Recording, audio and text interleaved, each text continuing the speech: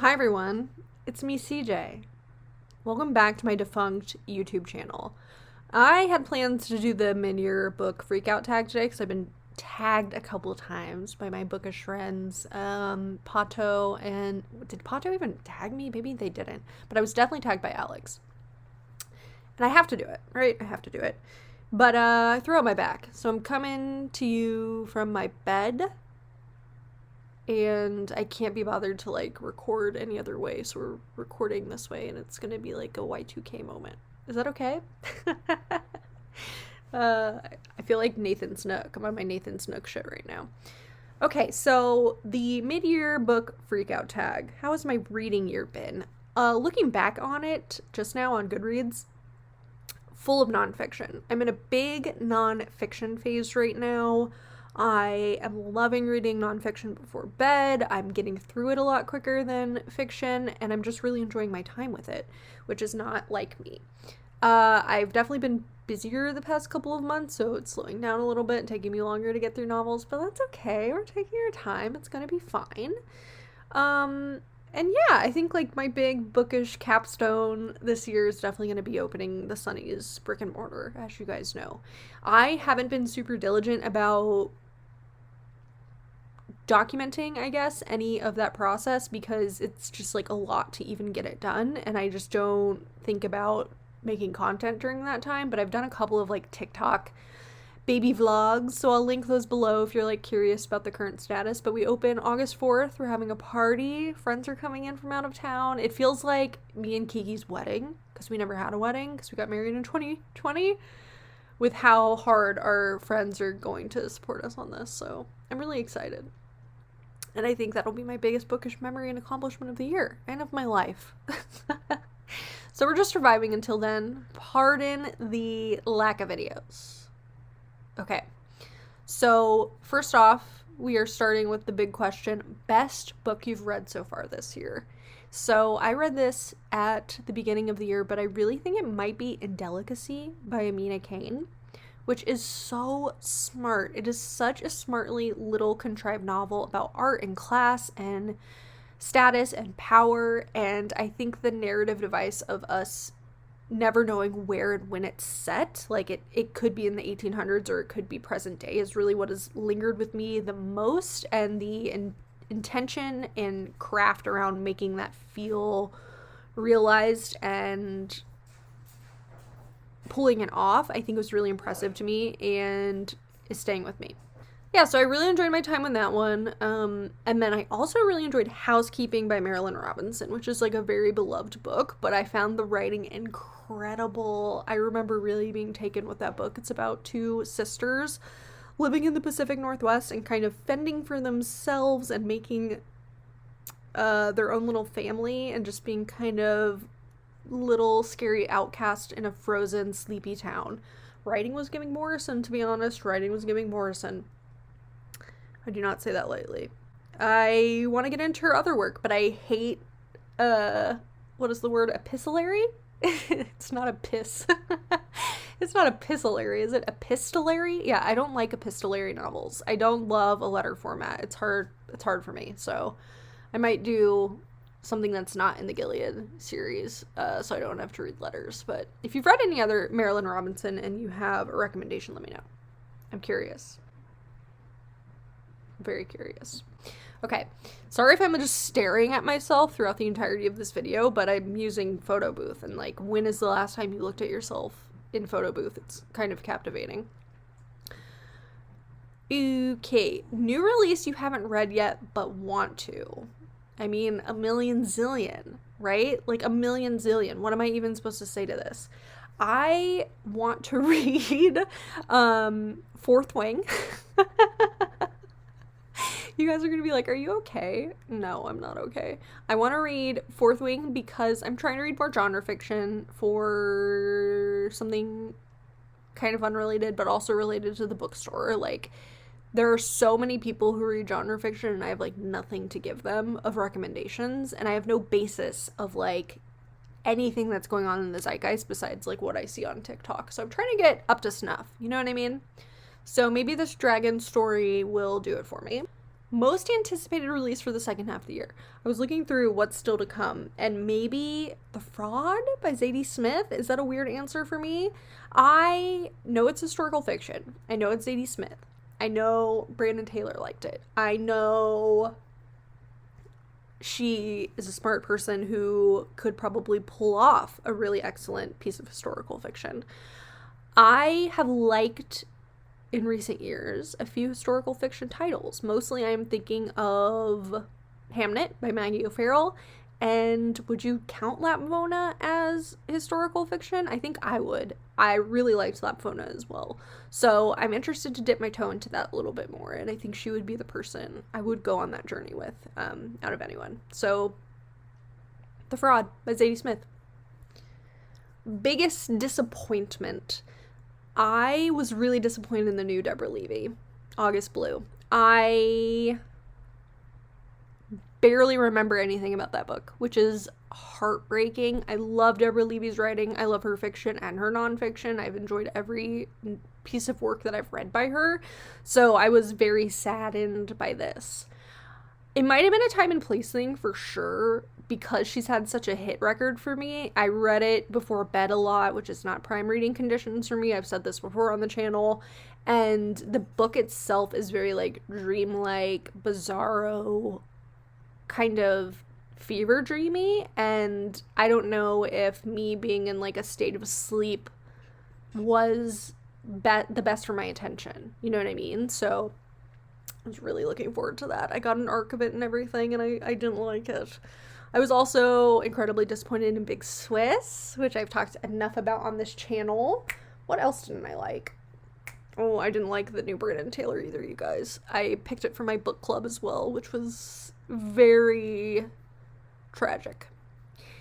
It also had the lowest amount of signups of a Sunny's book club ever, which I think is interesting and like maybe we should talk about. I usually get like 30 to 40 book club signups a month, which is a lot. Like, that's awesome, and I'm stoked. Not everyone comes to the book club discussions at all. We usually average like 5 out of 30 people coming and attending and talking because schedules and life, and not everyone is doing it for that, blah, blah, blah.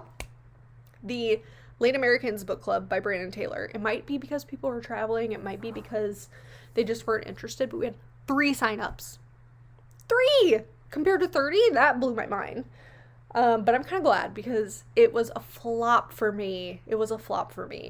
Not my favorite. I really liked the Shamus character in it. I really liked following his storyline and kind of wrestling with the identity of a poet and kind of really focusing in on those critique classes. It felt hilariously like some of my critique classes, especially in like more theory and practice classes that I had when I was getting my BFA in college. Just the worst people you can imagine in a room together, all talking about art.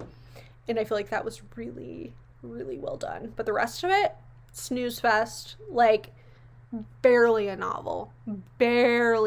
Call it a short story collection, Brandon. I couldn't do it. I was saddened by that because I really like him. And I really liked his short story collection and real life, as we know. Biggest surprise. Okay, so for this one, I picked 2 books that I really liked by authors I previously didn't like at all. The first one being Quietly Hostile by Samantha Irby. People fucking love Samantha Irby. Hannah loves Samantha Irby.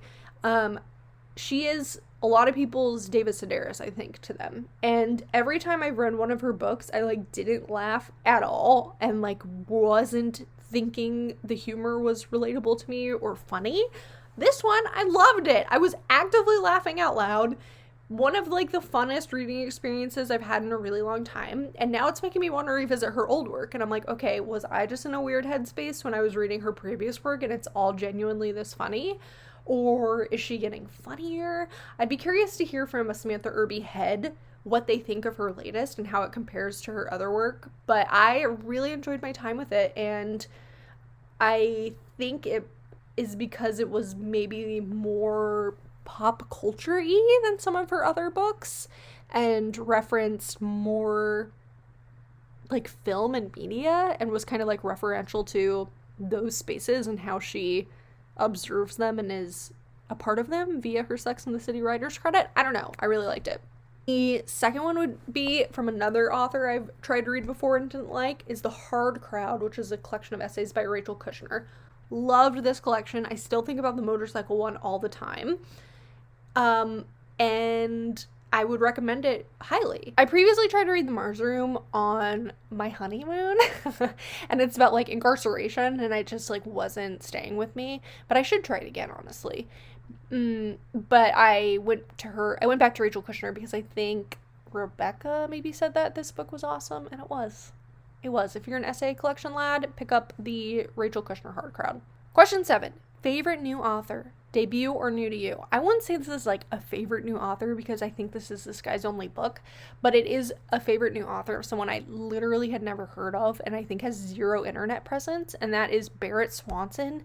Again, nonfiction. He wrote a essay collection called Lost in Summerland, and I recently completed this and I loved it. Again, the writing, phenomenal. Giving Franzen.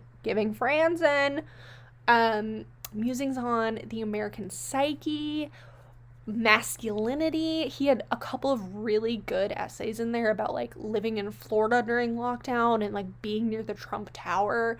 A run-in his brother had with a mugging that left him in a coma.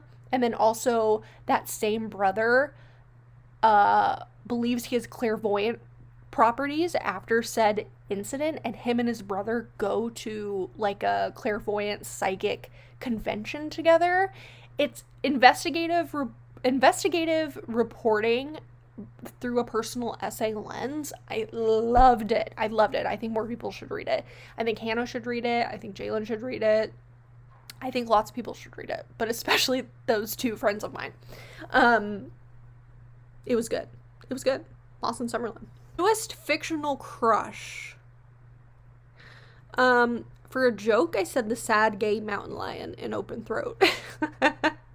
You know, I could fix him. I could take care of him. We could build a pack and a family together. We would figure it out.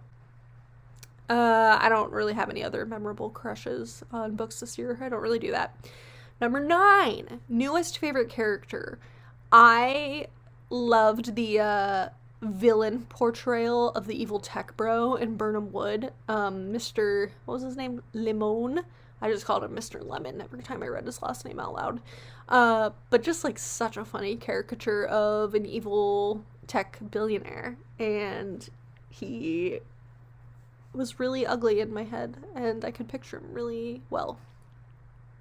Loved him. Book that made you cry. I don't really do this, but a book that made me feel emotions would be Strangers to Ourselves, another non-fiction book. This is by Rachel Aviv, I think is their name. And again, it's reportage on mental illnesses and the mental health crisis in the United States, done through various case studies and kind of vignettes into different cases through a reportage lens. It's reportage lens. It's very well done. It's very tasteful, and there's some harrowing, like, you know, terrible stories in there about people's lives and the extremities they go to as they're dealing with lack of resources and just their lives falling apart. It was really good. I love Strangers to Ourselves. Book that made you happy. I don't know. I mean, Quietly Hostile, The Samantha Irby, like, made me LOL. I don't know if it made me happy. A, like, happy memory I have from reading a book this year, I guess, though, would be Brutes by Diz Tate and the book club we had for that. That was my favorite Sunny's book club that I think we've ever done because the discussion was so good. And the, like, natural progression of the conversation led to a kind of like shocking insight for me on the ending and like a name of a character specifically. So if you have read Brutes and you haven't watched the Sunny's book club live recording yet, you should, because it's fun. But that's like a happy bookish memory I made on the channel thus far this year. This is my stuffed pig. Her name is Sue, by the way. Most beautiful book you've bought so far this year. I bought like 500 new books for Sunnies recently, and I think the most striking cover to me was The Bloater. I don't know what it is about this cover, but I am entranced by it. The colors, like this finger breaking the image, it is just completely beautiful and stunning to me, and immediately made me like want to know more about it. One of the most effective covers I've seen in a really long time. Haven't read the book, don't know anything about it, but that was a beautiful cover. Okay, and finally, what books do you need to read by the end of the year? I mean, so many. Again, like genre fiction, I think I need to have a crash course. Or maybe I can just be who I am and not read genre fiction. I don't know. I don't know what the responsibilities are as a bookstore owner are, you guys, but I think I need to get a little bit more well-rounded. We'll try. And then, since Amina Kane wrote one of my favorite books of the year, and I'm in my nonfiction era, I have to read A Horse at Night on Writing by the end of the year. I think I would really like it. And I don't know what is keeping me. I think that's one of Pato's answers, too. Cool. Okay. I don't know if this is, like, better or worse for my back, laying at this angle. It's, like, maybe worse, but it's okay. Thank you for being here, for loving me, for loving you. Happy summer. Happy mid-year freakout. Support Sunnies. Live, love, laugh, support Sunnies. I love you all. I miss you all, really. Okay.